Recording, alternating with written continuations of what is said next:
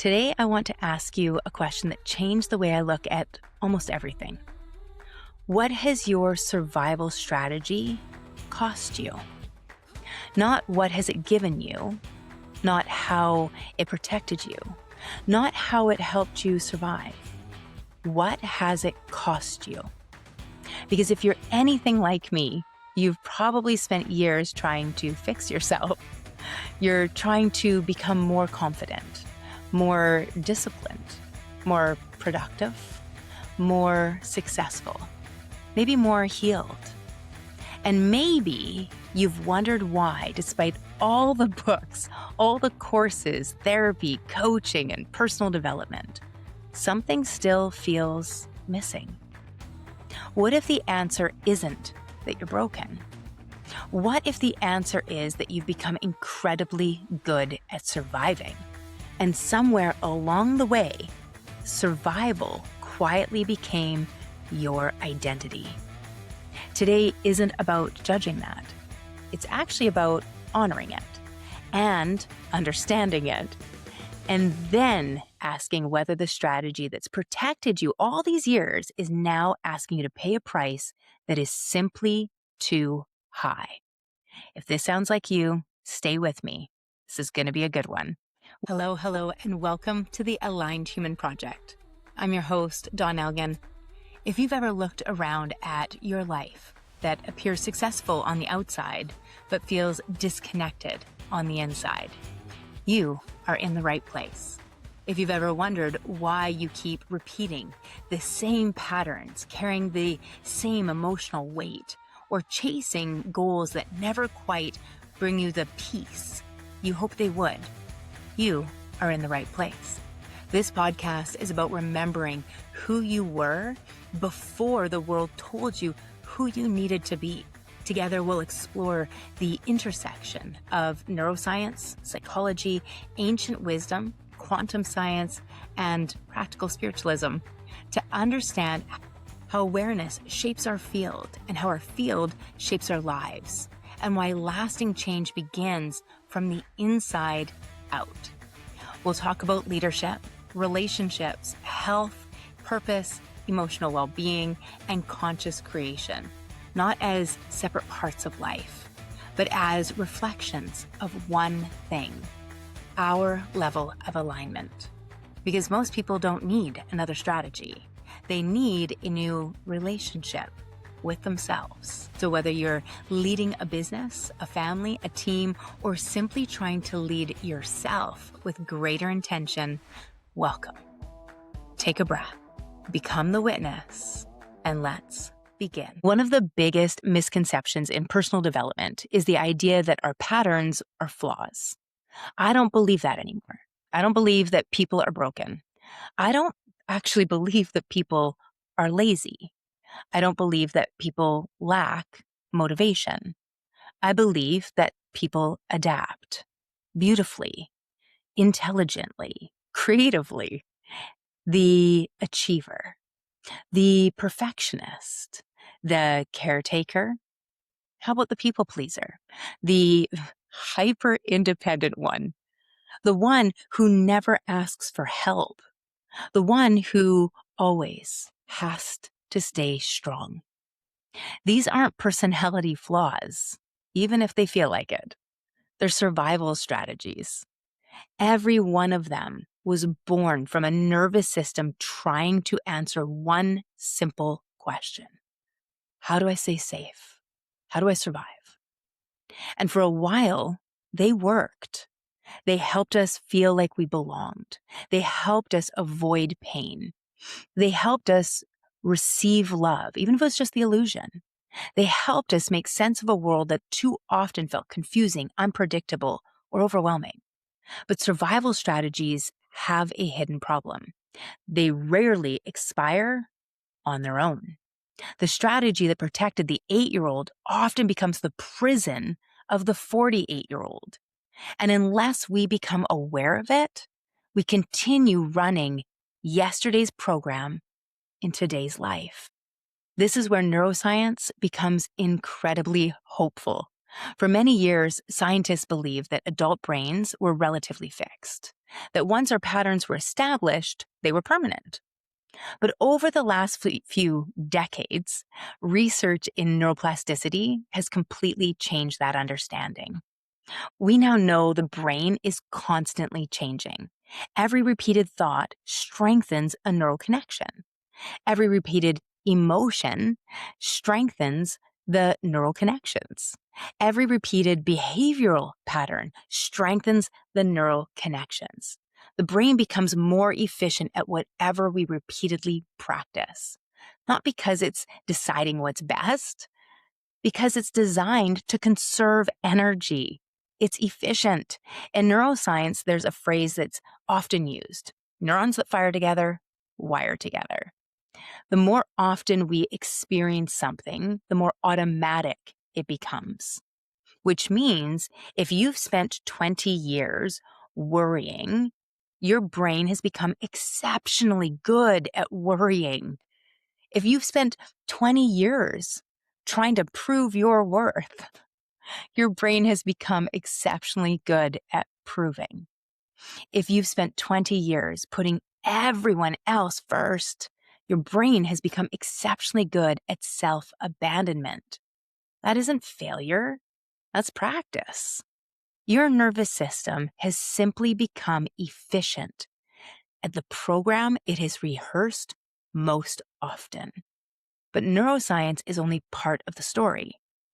Psychology helps us understand why those patterns formed in the first place. Attachment researchers have shown that our earliest relationships become the blueprint for how we understand ourselves, other people, and the world all around us, long before we consciously remember childhood. Our nervous system is learning. Is this world safe? Am I safe? Do I matter? Do people come when I need them? Is love conditional? Can I trust? Those early experiences become what psychologists call internal working models, invisible assumptions about life. And because they're unconscious, they don't feel like beliefs. They feel like reality. But remember, assumptions mean us out of you and me. But then something extraordinary happens. Psychoneuroimmunology, one of my favorite fields of study, takes us one step further. It shows us that repeated emotional states don't just influence the mind, they influence the body. Chronic stress changes our hormone production. It influences inflammation, immune function, digestion, sleep, memory, even cardiovascular health. In other words, the body begins practicing the emotional environment it lives inside. So if your nervous system has practiced hypervigilance for 30 years, your biology expects hypervigilant, and the body becomes fluent in survival. And here's where ancient wisdom and modern science begins to hold hands. For thousands of years, spiritual traditions have taught that awareness changes everything. Today, neuroscience is saying something remarkably similar. The moment we become conscious of an automatic pattern, the brain has the opportunity to build a new one. Not overnight, not through a grand breakthrough, but through repetition, through practice, through choice. Small, consistent choices compound faster, far faster than grand gestures. That's how neural pathways are built. That's how identities change. That's how alignment becomes a way of living, which brings us back to the question I asked at the beginning. What has your survival strategy cost you? Not because survival was wrong, but because every strategy eventually asks for a payment. And sometimes that payment is peace. Sometimes it's joy. Sometimes it's intimacy. Sometimes it's purpose. Sometimes it's the quiet belief that you are never enough simply by being yourself. And I think the easiest way to understand this is not through another theory, but it's through people, through stories.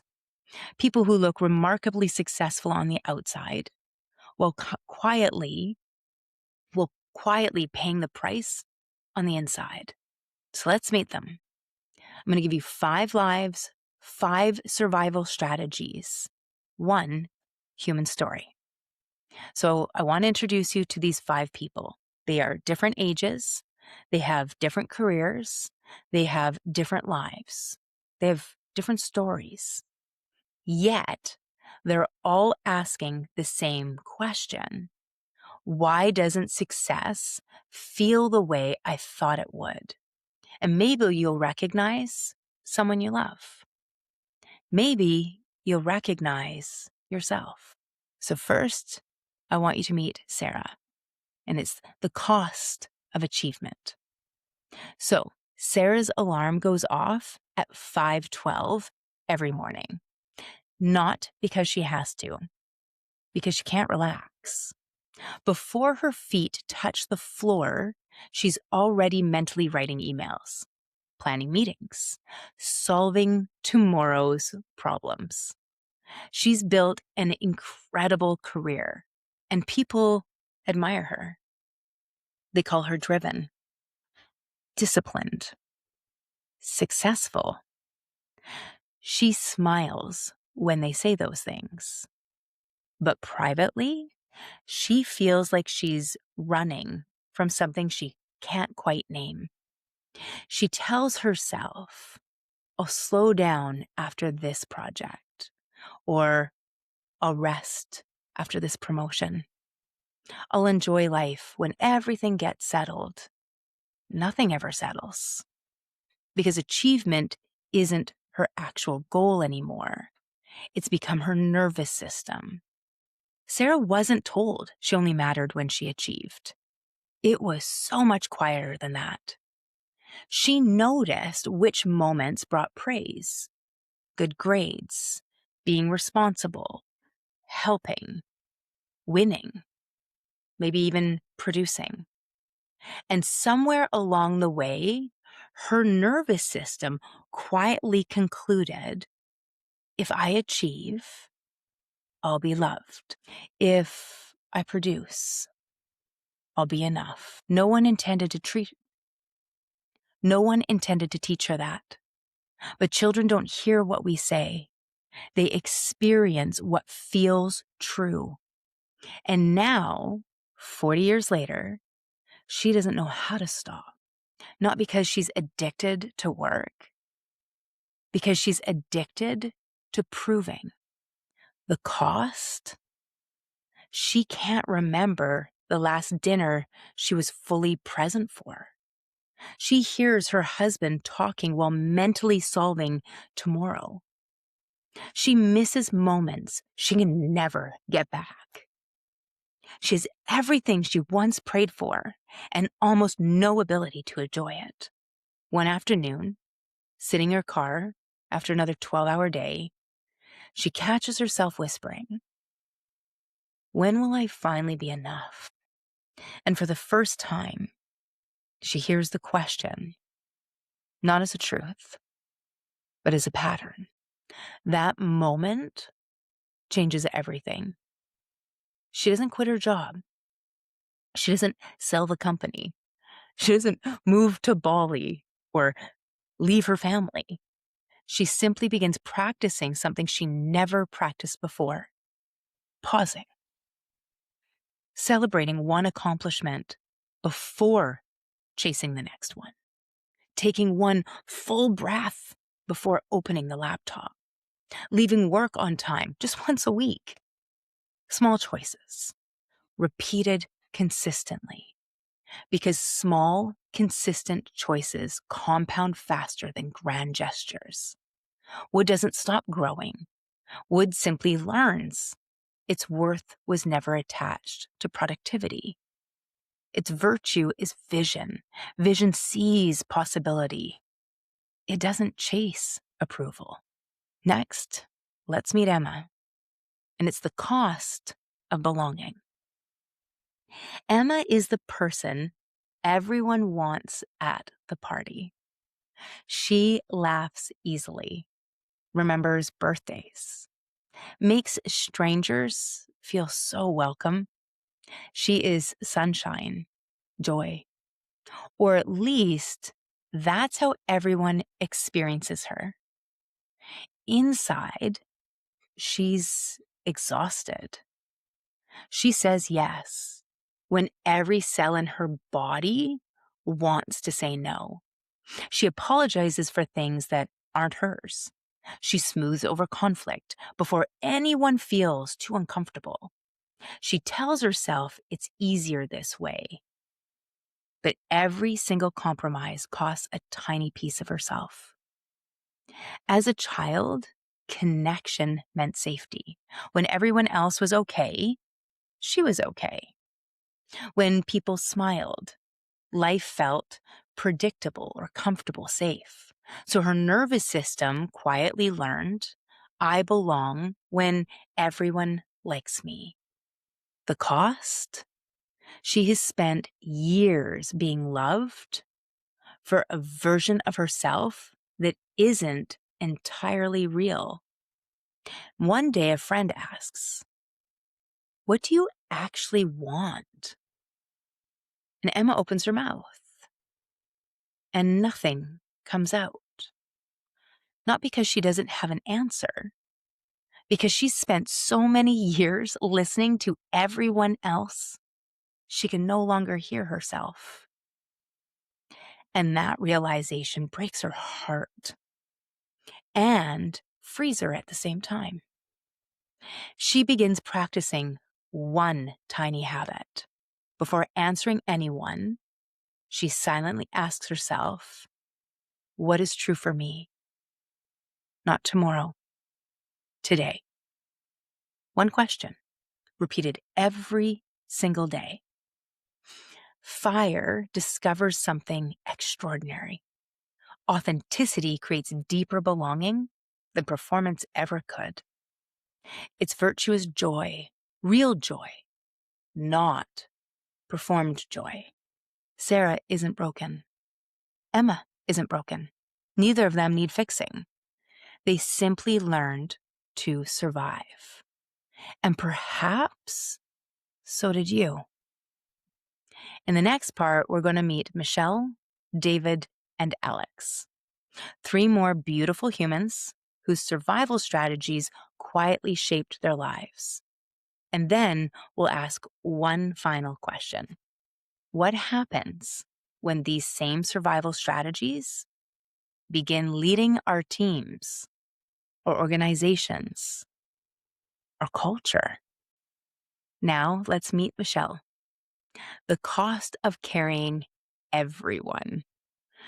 Michelle is the person everyone calls.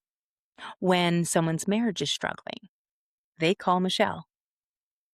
When a coworker is overwhelmed, they call Michelle. When the family needs organizing, Michelle somehow makes it all happen. She is dependable, kind, compassionate. She remembers birthdays. She drops off meals. She checks in after doctor's appointments. She notices when someone isn't okay long before they ever say a word. People often tell her, I don't know what we'd do without you. She smiles because being needed feels very familiar. But late at night, when the house is finally quiet, she wonders something she's almost ashamed to admit. Who takes care of me? As a little girl, Michelle learned very early that love wasn't always something she received. Sometimes it was something she created. Maybe her mother was overwhelmed or distracted. Maybe one parent wasn't emotionally available. Maybe she was praised for being such a good girl, so mature, so helpful, the one we never have to worry about. Children are remarkable observers, and our words matter. They don't just listen to words, though, they study emotional energy. Michelle's nervous system quietly decided, if I take care of everyone else, I'll matter. If I don't need anything, I'll always belong. No one intended to teach her that. It simply became the emotional language of love. Now she's 50. She's exhausted. Her calendar is full, day and evenings. Her heart is empty. She's spent years giving people exactly what she secretly longed to receive herself: support, presence, care. And one afternoon, sitting with a client, she hears herself say, "You can't pour from an empty cup." And the room goes quiet, because for the first time, she realizes she isn't talking to her client. She's talking to herself. That single moment of awareness becomes the beginning. Not a grand transformation, a tiny practice. The next time someone asks for help, she doesn't automatically say yes. She pauses. She breathes. She takes a moment to think. And she asks herself one question: do I have the capacity? And sometimes the answer is yes. And sometimes the answer is no. And slowly, the guilt begins to soften, because she's learning something she was never taught as a child. Receiving doesn't make you selfish. Receiving makes you whole.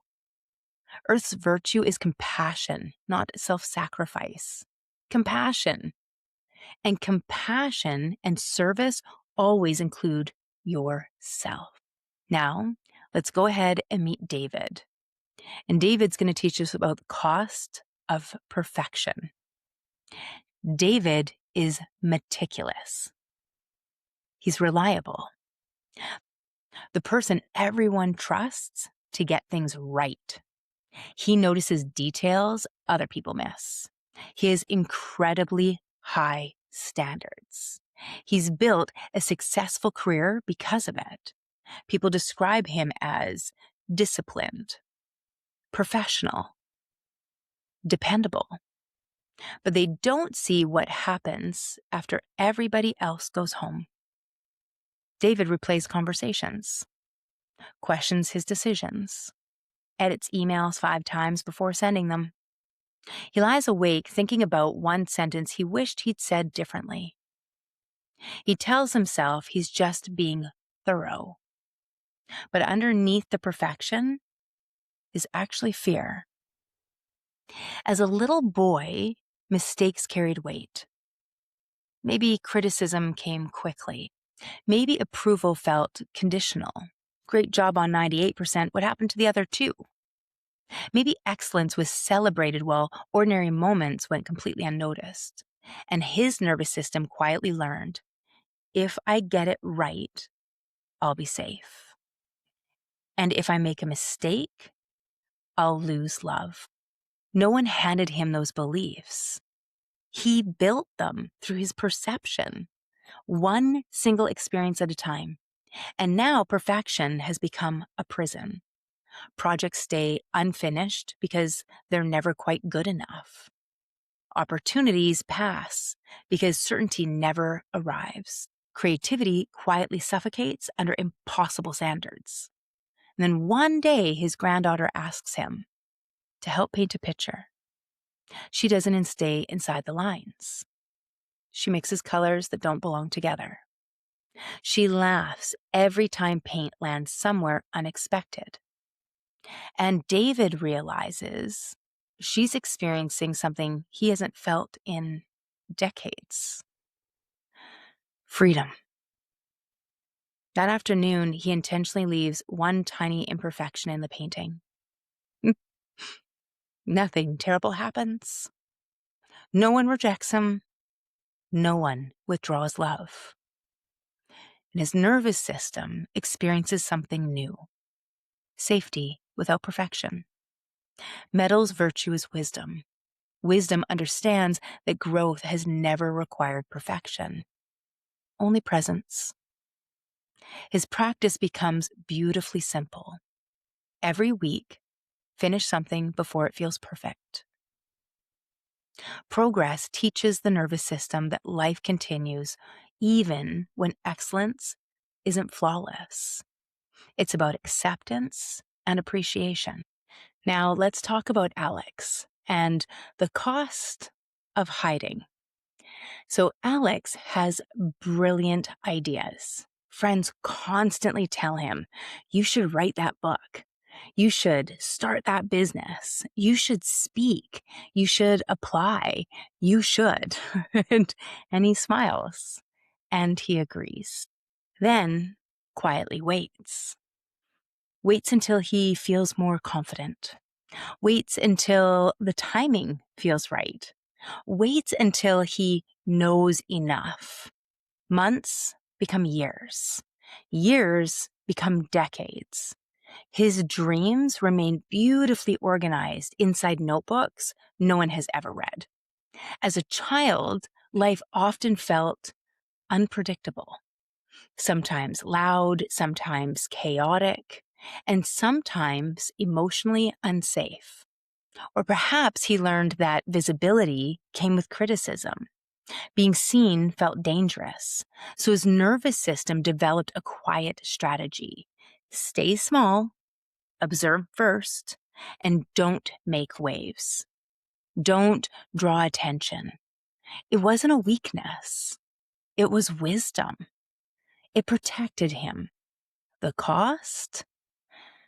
The world never receives the gifts he came here to share, and neither does he.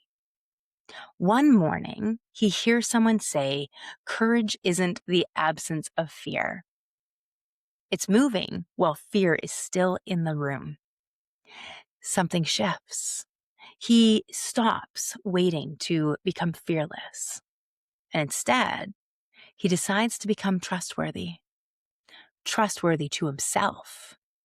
So that afternoon, he shares one post online, one that he'd been rewriting for 6 months. Nothing extraordinary happens, except one thing. He survives being seen. Tomorrow, he shares another, and then another. Small, courageous choices, repeated consistently until the nervous system slowly learns visibility is no longer dangerous. Water's virtue is trust, not certainty. Trust. Trust that life can meet you where courage begins. Self-trust, self-faith. 5 different people, 5 different stories, 5 different survival strategies. Yet underneath every single one of them is the same longing to finally discover that they were enough before they ever learned how to survive. And then something extraordinary happens. These survival strategies don't stay inside us. They become the way we lead, the way we parent, the way we build businesses, the way we shape culture. Because organizations are simply collections of nervous systems interacting with one another. And that's where a conversation is going to go next. You see, there's something else I began to notice over the years. These survival strategies don't stop when we leave childhood, although I wish they would. They don't stop when we become adults. They certainly don't stop when we become leaders. They come with us. They come into our marriages, into our parenting, into our friendships, into every difficult conversation we avoid, into every boardroom, into every organization, because organizations are not buildings. Organizations are collections of human nervous systems interacting with one another, which means if a leader is living from survival, that survival quietly becomes the culture. Imagine Sarah, the wood leader. She never asks anyone to work late. She doesn't have to. Her team watches her answer emails at 11 o'clock at night, skip lunch, never take holidays, always push harder without even saying a word. She teaches them that exhaustion equals commitment.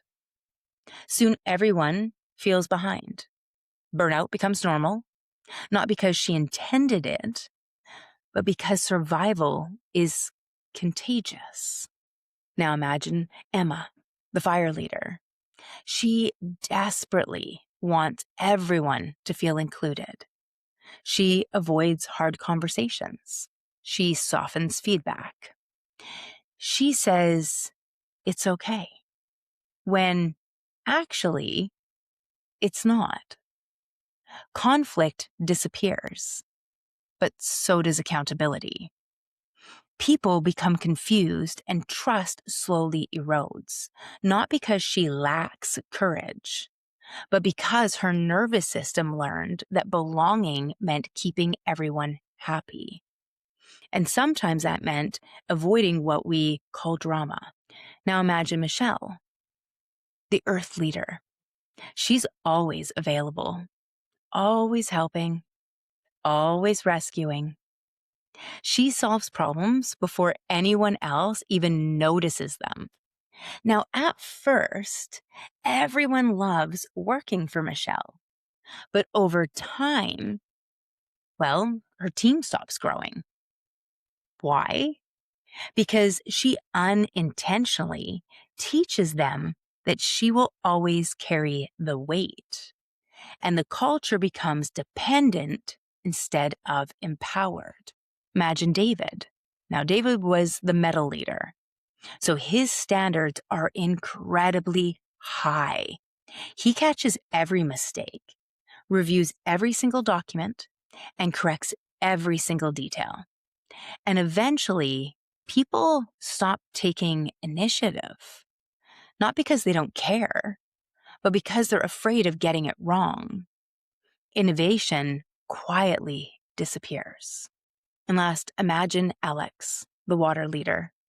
Brilliant ideas, deep wisdom, extraordinary intuition, but he rarely shares it.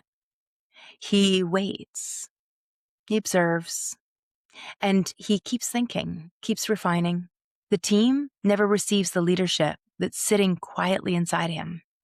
His greatest gift remains hidden in the depths of the ocean. You see, none of these leaders are bad leaders. They're beautiful humans, leading from unconscious survival. And that's something every one of us has done, including me. One of the greatest gifts we can give people we lead is our own awareness. Because awareness changes behavior. Behavior shapes the culture. And our culture, well, it shapes our life. Now, this is all supported beautifully by organizational psychology. Researchers have long studied something called emotional contagion. Quite simply, our emotional states spread. They're infectious. Stress spreads, fear spreads, calm spreads, and trust spreads. So researchers Sigel Bursaid and Olivia O'Neill demonstrated that emotions ripple through teams, influencing cooperation, decision-making, creativity, and even performance. We don't leave our emotional state at the door when we arrive at work. We bring it into every interaction, and others unconsciously will begin to synchronize with it. Amy Edmondson's research on psychological safety researched a similar conclusion. The highest performing teams were not ones with the smartest people. They were the ones where people felt psychologically safe. Safe to ask questions, safe to admit mistakes, safe to disagree, safe to learn. Why? Because when the nervous system feels safe, curiosity replaces protection. Innovation replaces perfectionism. And collaboration replaces competition. The same principle exists inside our own lives. So when your nervous system no longer has to survive, it finally has the energy to create. And isn't that what we've all been longing for? Not to simply survive, but to create, to contribute, to love, to live, to be. Maybe you're new here, or maybe you've been here the whole time. In these last months, we've explored awareness, we've explored conditioning, we've explored survival. And maybe you've recognized yourself in Sarah, or in Emma, or Michelle, or David, or Alex. I promise you, I certainly have. And maybe you even noticed pieces of each. The goal was never to diagnose you. It was never to put you in another box. The goal was to help you meet yourself with absolute compassion. Because awareness without compassion often, well, it becomes judgment. And judgment never creates lasting change. Compassion does. So today, I don't want you to here asking, how do I change my whole life? I want you to ask a completely different question. What's one, just one small aligned choice I can make today? One honest conversation, one boundary, one deep breath before reacting so you can respond. One evening where work stays closed. One moment of asking for help. One imperfect project instead of endlessly perfected. One courageous act of allowing yourself to be seen. Because here's what I've learned. Breakthroughs are beautiful, but they don't build lives. Habits do. Practices do. Rituals do. Tiny moments of conscious choice, repeated again and again and again. Small, consistent choices compound faster than grand gestures. That's how the nervous system changes. That's how identity changes. That's how relationships change. And that's how leadership changes, how culture changes. And ultimately, that is how lives change. Most people don't have a fixed mindset. They have a survival mindset. And survival mindsets create survival lives, survival relationships, survival leadership, survival workplaces. But awareness changes everything. It's the first step because awareness reveals and then alignment chooses. And then creation follows. If today's conversation stirred something in you, I want to invite you to take the free 5-element alignment assessment. It's designed to help you understand not only your dominant element, but the survival strategy that may be quietly shaping your life. Because once you can see the pattern, you no longer have to live from it. And if you're ready to go even deeper, that's exactly the work we do inside Align Your Life, inside Aligned Living and the Alignment Operating System. Not by becoming someone new, but by remembering who you've always been beneath the conditioning.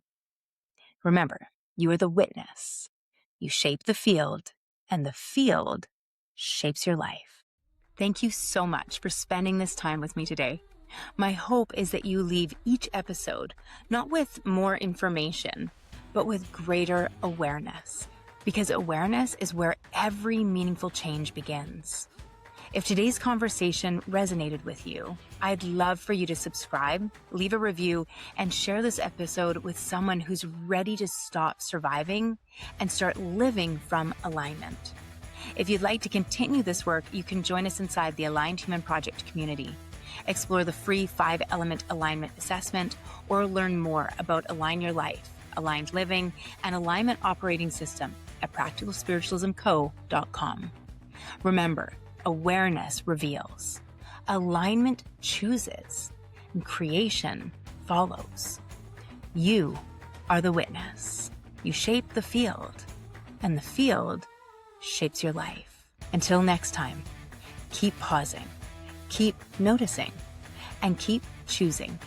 I'll see you in the next episode.